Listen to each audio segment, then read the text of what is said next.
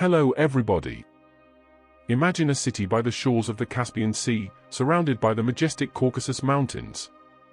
Its narrow stone-paved alleys, centuries-old houses, and the aroma of spices drifting from its traditional markets tell stories of another time.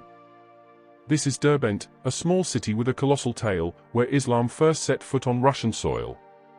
For over 5,000 years, Derbent has stood firm as the southern sentinel of Russia. But it's not just age that makes this city special. In the year 642 CE, winds from the Arabian Peninsula brought something new: Islam. Companions of the Prophet Muhammad, peace be upon him, journeyed north, crossing mountains, and arrived in this very city. They did not bring swords, but brought light. The light of Dawah, of knowledge, of Tawheed. The people of Derbent, who once lived with various local beliefs, began to be touched by Islam's message of peace. They embraced the teachings and made them a way of life. From that moment on, Derbent became known as Bab al-Abwab, the Gate of all Gates. The title, Gate of Islam, isn't just poetic, it's geographical and historical. Derbent lies at the crossroads between Central Asia and Eastern Europe. Its strategic location made it a natural passageway for cultures and civilizations moving from south to north. And among the most profound of those was Islam. Derbent is not merely an ancient city. It is a doorway, the entry point of Islam into Russia and Eastern Europe. Here is where the earliest traces of Islam in the Russian lands began, long before it reached Tatarstan, Chechnya, or Siberia. Legend has it that not one, not two, but 40 companions of the Prophet are buried in this city. They came not to conquer, but to teach. Not to dominate, but to illuminate. Their graves, still visited to this day, stand as silent witnesses to the very first encounter between Islam's light and the Caucasian soil. Imagine the footsteps of the Prophet's companions treading upon Russian earth more than 1,000 years ago. A fact largely unknown to the world. While Europe was just beginning to meet Islam in Andalusia in the 8th century, Derbent had already become a home for Muslims long before. Today, those who come to Derbent are not merely tourists, they are pilgrims of history. From the towering stone walls of its ancient fortress to the mosque still echoing with the call to prayer, everything whispers stories of how Islam began its journey into the northern lands. Derbent is not just Russia's oldest city.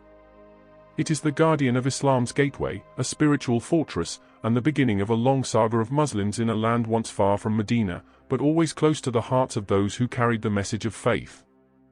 Our journey now brings us to what feels like the very heartbeat of Derbent, the Juma Mosque. From a distance, it appears modest, lacking the grandeur of the mosques in Istanbul or Samarkand. But few would guess that this is in fact the oldest mosque in Russia, standing strong since the year 733 CE. Imagine, at a time when Islam had not yet reached the Nusantara, when Europe was still deep in its dark ages, the people of Derbent had already built this place of prostration. The stones that make up the Juma Mosque seem to hold within them the whispered echoes of thousands of prayers, spoken since the era of the Tabi'in. The Juma Mosque is more than just an ancient building, it is a living witness to a priceless history. It has seen the dawn of Islam, the golden ages, times of conquest, and even the reign of Soviet atheism. When hundreds of mosques were wiped off the map during the communist era, the Juma Mosque stood firm, the only mosque allowed to remain in use. Why? Because the people of Derbent never let it fall silent. This mosque was cared for, cleaned, and protected, not just by Sunnis, but also by Shias.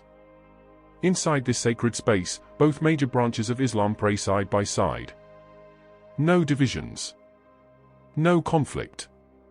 Only straight rows, united in facing the same Qibla. Not far from the mosque lies a deeply moving pilgrimage site, Kyrkhlyar, a name that in Turkish means, the 40.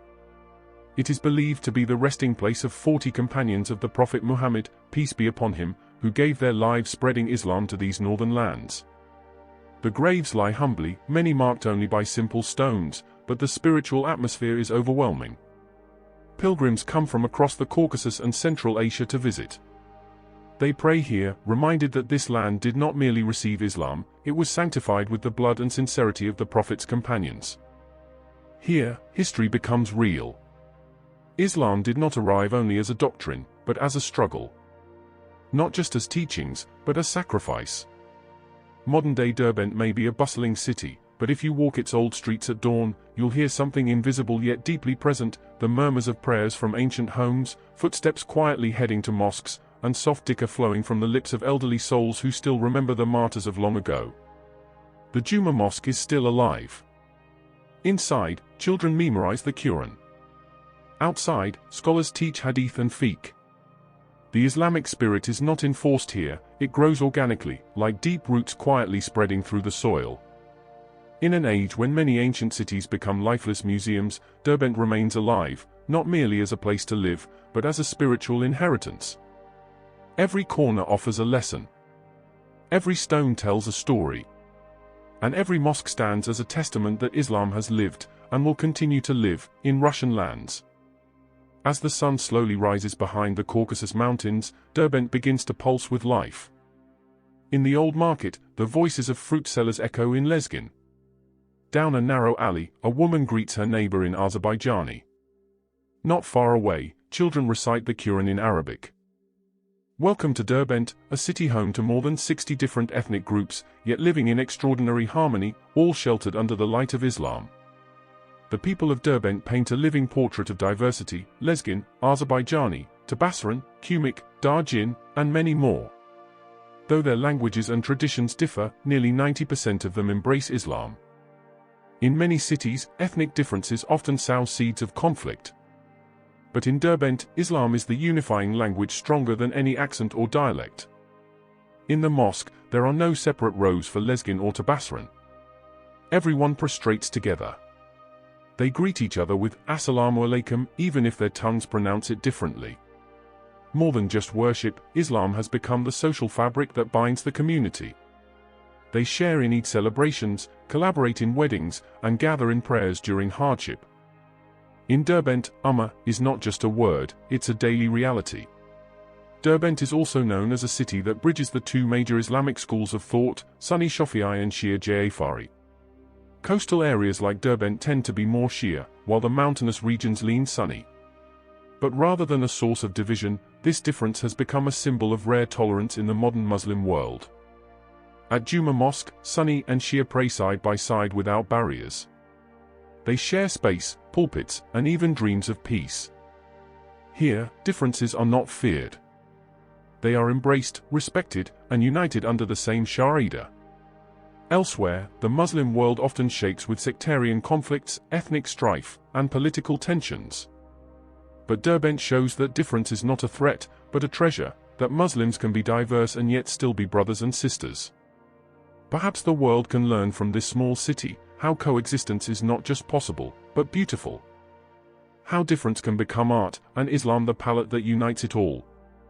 The young generation of Derbent grows up with two inheritances, their ethnic traditions and the Islamic faith that shelters them. They speak their mother tongues but learn tafsir in Arabic. Proud to be Lezgin or Azerbaijani, yet prouder still to be Muslim Derbent, heirs of history, guardians of peace. In Derbent, past and future walk side by side. Under mosque domes, among ancient fortress stones, and in the hearts of those living in peace, different, but one Ummah. Amid the bustling life of old Derbent lies a deeper spiritual pulse, often unseen on the surface. This is the world of Sufism, an inward journey and quest for closeness to God that has taken root for centuries in the Republic of Dagestan and the city of Derbent. Since the 14th century, two great Sufi orders, Naqshbandi and Qadiri, have set foot on this land. They came not with swords, but with knowledge, dhikr, remembrance, and sincere love. They taught values of simplicity, peace, and patience, virtues much needed in a region marked by histories of battles and turmoil. For the people of Dagestan, these orders are not merely study groups or rituals. They are centers of social and spiritual life, strengthening community bonds and teaching harmony. From them arose scholars, leaders, and teachers guiding generation after generation. Imagine an evening at a Zavia, Sufi lodge, where disciples gather around their sheikh. They perform dhikr together, filling the space with sacred chants that penetrate worries and worldly distractions. This dhikr is not merely sound but a spiritual experience connecting hearts to the Creator. Here, seekers of truth find tranquility, nurturing self-awareness and solidarity. Derbent and Dagestan are no strangers to conflict. Yet the role of Sufi orders has been as mediators and peacemakers, ensuring the flames of hostility do not consume the hearts of the people. Sufis teach that diversity is part of God's creation to be respected, and brotherhood is a sacred duty. It is these Sufi values that make Islam in Derbent known for its moderation and tolerance, far from the extremism stereotypes often associated with other regions. In this modern age of rapid change and technology, the values of Sufi orders remain relevant. They remind believers not to forget the core of Islam: love, peace, and the ultimate search for God. The mosques of Derbent are not just places of prayer but meeting points of Sufi tradition and formal religious teachings. Children study the Quran, while adults attend dhikr gatherings that enliven the soul. Derbent is not only a city with a rich physical history but also one that pulses with faith and sincerity. Sufism flows gently as the spiritual lifeblood through every corner, making Islam here not just ritual, but a meaningful and peaceful way of life. Today, Derbent stands not only as a historic city but also as a vibrant center of Muslim life in Russia. With around 90% of its population being Muslim, the city blends tradition and modernity in a unique harmony. Islamic madrasas and schools are flourishing, educating the younger generation about their faith and culture. Mosques stand grand and active, from the legendary Juma Mosque to newly built modern structures. Celebrations of Islamic holidays, pilgrimages to the companions' tombs, and regular religious gatherings are inseparable parts of daily life in Derbent. The local government supports these by preserving historical sites and promoting Derbent as a religious tourism destination. Islam in Derbent is more than just a religion; it has become a lifestyle, an identity, and the heart of the city. From ancient gates to the modern city center, the light of Islam continues to shine brightly, connecting history, culture, and the future of Muslims in Russia.